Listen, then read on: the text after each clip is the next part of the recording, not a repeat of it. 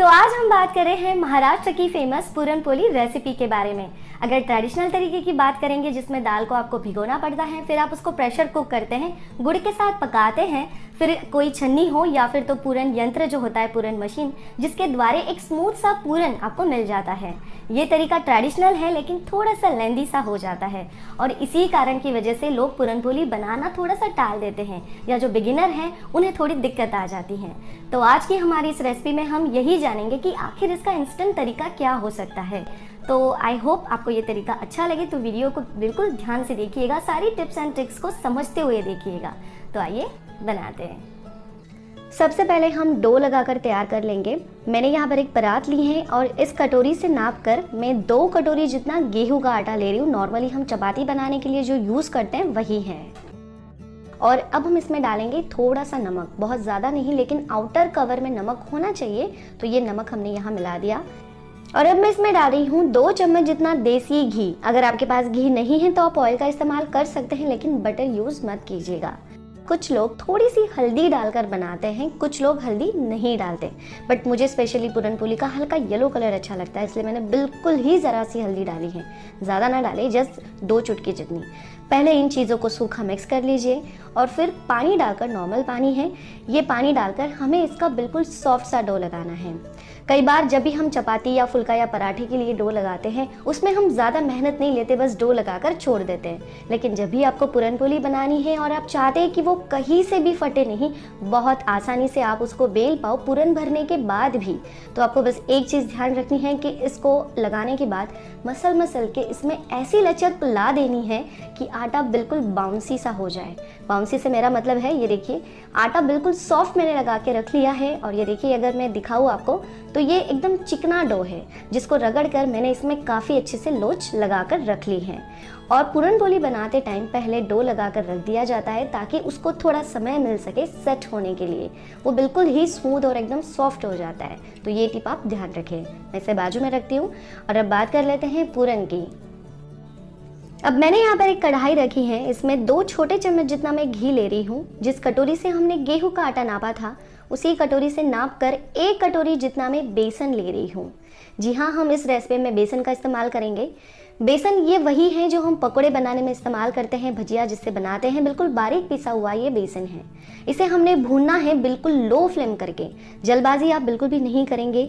ये हम पूरन पोली बनाने का इंस्टेंट तरीका देख रहे हैं जिसमें हमने बेसन का इस्तेमाल किया है और हम ये चाहते हैं कि किसी को पता ना चले कि आखिर ये मेथड थी कैसी।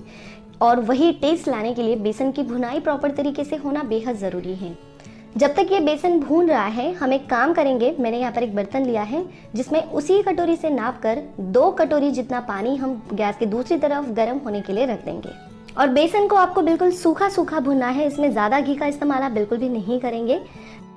पानी गर्म हो रहा है और यहाँ बेसन भी बहुत अच्छे से भून चुका है और अब इसमें हम डालेंगे बिल्कुल थोड़ा सा पानी। धीरे धीरे करके डालना है क्योंकि गर्म बेसन पानी को बहुत जल्दी एब्जॉर्ब कर लेता है। मैंने थोड़ा पानी डाल दिया और तुरंत इसमें आधा कटोरी जितना गुड़ भी डाल दिया साथ साथ, क्योंकि गुड़ भी मेल्ट होगा, गुड़ का भी अपना पानी निकलेगा। तो फ्रेंड्स, अगर आप ये पूरी रेसिपी सिर्फ और सिर्फ गुड़ का इस्तेमाल करके बनाना चाहते हैं तो आपको 1 कटोरी गुड़ लेना होगा, मतलब जितना आप बेसन लेते हैं उतना ही आपको गुड़ लेना है। या फिर अगर कुछ लोग गुड़ इस्तेमाल नहीं करना चाहते, चीनी का इस्तेमाल करना चाहते हैं, तो जितना आप बेसन ले रहे 1 कटोरी जितना, उतनी ही आपको चीनी भी लेनी पड़ेगी। लेकिन अगर ट्रेडिशनल वे से हम देखें तो पूरन पोली गुड़ के साथ ही बनती है, इसलिए हमने गुड़ यहाँ पर डाल दिया। फ्रेंड्स, जैसा आप साइड में देख रहे हैं, अगर इस मिक्सचर में लम्स पड़ जाए तो उन्हें हटाने के लिए देखिए पूरन की ऐसी छन्नी आती है, इसके ऊपर ये बहुत इजीली स्लाइड हो जाएगा क्योंकि इसमें दाल का दाना है ही नहीं। अगर लम्स पड़ते भी हैं तो बहुत छोटे छोटे पड़ेंगे और बहुत आसानी से ये इसके ऊपर से स्लाइड हो जाएगा और चिकना सा पूरन आपके पास बन करके तैयार हो जाएगा। ऐसी कोई सुविधा नहीं है, कोई पूरन मशीन नहीं है, ऐसी छन्नी भी नहीं है, तो आप इसको मिक्सी में भी चला सकते हैं और दोबारा से पैन में लेकर उसको फिर से पकाना शुरू कर देना है। अब कब तक पकाना है ये आप आगे वीडियो में देखिए। और अब ये दोबारा से मैं इसके अंदर गर्म पानी डाल रही हूँ। मैंने इस रेसिपी में सिर्फ आधा कटोरी जितना गुड़ इस्तेमाल किया और मैं आधा कटोरी चीनी इस्तेमाल कर रही हूँ, मतलब मैंने दोनों को आधा आधा करके यूज़ किया है। अब आखिर मैंने ऐसा क्यों किया? अगर आप हमेशा पूरन पोली बनाते तो आपने देखा होगा कि पूरन पोली जब ठंडी हो जाती है 2-3 घंटे बाद, उसके अंदर का पूरन सूखा पड़ जाता है और मतलब वो पूरन पोली से नीचे निकल जाता है, सूखा हो जाता है। और इसी को टालने के लिए पूरन सूखे ना, उसमें मॉइस्चर बना रहे, इसलिए मैंने गुड़ को आधा करके बाकी बची चीनी का इस्तेमाल कर लिया। तो देखिए फ्रेंड्स, ये अच्छे से मिल चुका है। अब हम इसमें डालेंगे आधा चम्मच जितनी इलायची का पाउडर। इससे स्वाद बहुत अच्छा आता है। मैंने ये पूरन बनाने की विधि को बिल्कुल डिटेल तरीके से आपको दिखाया है, ज़्यादा कट्स मैंने इसके अंदर नहीं लिए हैं ताकि आप अच्छे से समझ पाओ कि इसमें कैसे कैसे चेंजेस आ रहे हैं। और अभी देखकर ये आपको बिल्कुल पतला लग रहा होगा। पूरन को किस तरीके से पकाया जाता है मैं आपको बताती हूँ। तो अब मैं क्या कर रही हूँ, इसको और थोड़ी देर के लिए हम इसी कढ़ाई में थोड़ा चलाते रहेंगे, बस 2-3 मिनट और लगेंगे। तो यहाँ देखिए मैंने इसको मिक्स कर लिया है।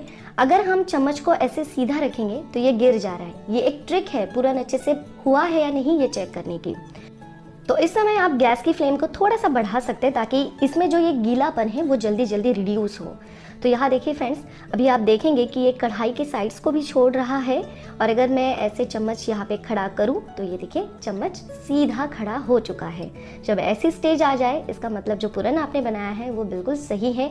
और इसी तरीके से जो हम ट्रेडिशनल तरीके से पूरन बनाते हैं ना, उसको भी ऐसे ही चेक किया जाता है। तो अब हम इसे ढक देंगे और ऐसे ही बाजू में रख देते हैं। अब यहाँ देखिए डो जो हमने लगाया था वो काफ़ी अच्छे से सेट हो चुका है।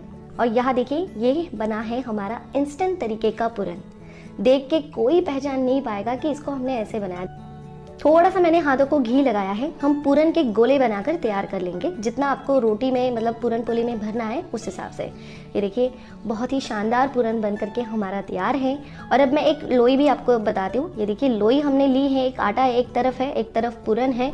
ज़्यादा से ज़्यादा पूरन आप इसमें भर पाएंगे और ये बहुत स्मूथ इसका टेक्स्चर है। तो अब मैं आपको बताती हूँ कि करना क्या है। ये जो हमने सूखी लोई ली है उसको थोड़ा सा सूखे आटे में डस्ट करके हम थोड़ा स्प्रेड कर लेंगे। जैसे हम कोई पराठा भरने के लिए जगह कर लेते हैं, अंदर की ओर कैविटी बनाते हैं, बस वैसे बनाना है। ये पूरन का गोला आपको इसके अंदर रखना है। काफ़ी अच्छे मात्रा में अमाउंट में मैं इसमें पूरन भर रही हूँ, तभी ये नहीं फटेगी, आप देखना आगे। तो इसको अभी हम सब तरफ से सील करेंगे। देखिए हमारी पूरन पोली बिल्कुल भी नहीं फटेगी, ये बेलने से पहले ही मैंने आपको इसलिए बता दिया है क्योंकि देखिए जितना सॉफ्ट हमारा पूरन है उतना ही सॉफ्ट हमारा डो है। मतलब दोनों की कंसिस्टेंसी जब बिल्कुल एक जैसी होती है, ये पूरन पोली के अंदर बहुत अच्छे से स्प्रेड हो पाता है और इसी वजह से पूरन पोली बिना फटे आप आसानी से बेल पाते हो। आपने देखा कि मैंने पूरन के ऊपर थोड़ा सा सूखा आटा डाल दिया। ऐसा इसलिए डाला क्योंकि जब भी हम पूरन को पूरन पोली के अंदर भरते हैं वो बार बार हाथों को चिपकता है और ऐसा ना हो इसलिए सूखा आटा डालकर अगर आप इसको ऐसे बंद करेंगे तो बहुत इजीली इसको सील कर पाएंगे, ये बिल्कुल भी नहीं चिपकेगा। ये ट्रिक आप अपनी ट्रेडिशनल पूरन पोली के दौरान भी यूज़ करके ज़रूर देखिएगा। और इसे मैंने सील कर लिया है। एक्स्ट्रा डो अगर आपको लगे तो उसको निकाल दीजिए।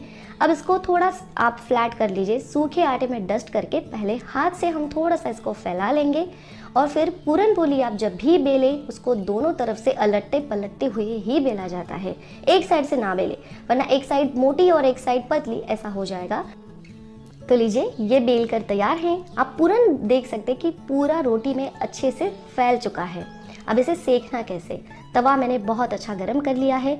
ये रोटी हम इसके ऊपर डाल देंगे। जब इसके ऊपर हल्के बबल्स आ जाए आप आराम से इसको पलट दीजिए, फिर दूसरी तरफ से थोड़ा सा इसको सेकने दीजिए। तो ये दूसरी तरफ से भी जब थोड़ी सी सीख जाए तब हम घी डालना शुरू करेंगे और आप जैसे ही घी डालेंगे आप देखेंगे कि ये गुब्बारे की तरह फूलेगी।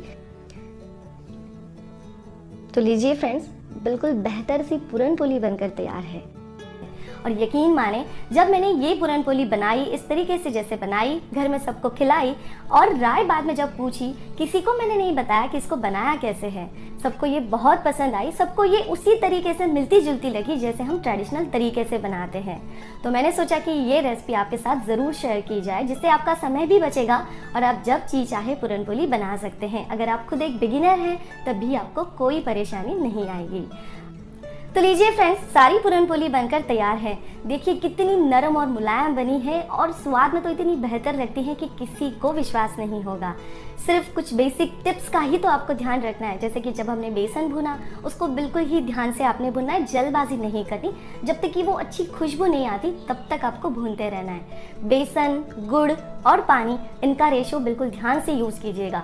पूरन पोली मीठी ही ज़्यादा अच्छी लगती हैं, वैसे चॉइस आपकी है, लेकिन रेशो को ध्यान में रखते हुए बनाएंगे, इसको ठीक तरीके से पकाएंगे तो आपको बहुत अच्छा रिजल्ट मिलेगा। और जैसे मैंने आपको डो लगाने के लिए कहा है कि डो की सॉफ्टनेस कैसी होनी चाहिए या पूरन की कंसिस्टेंसी कैसी होनी चाहिए, अगर इन सारी बातों का तालमेल आप बिल्कुल परफेक्टली बिठा लेते हो तो बिना फटे गुब्बारे जैसी फूलने वाली पूरन पोली आप आसानी से बना पाओगे। सो आई होप आपको हमारी आज की रेसिपी पसंद आई होगी। कैसी लगी मुझे कमेंट करके ज़रूर बताइएगा। मिलते हैं नेक्स्ट रेसिपी में, तब तक के लिए बाय बाय।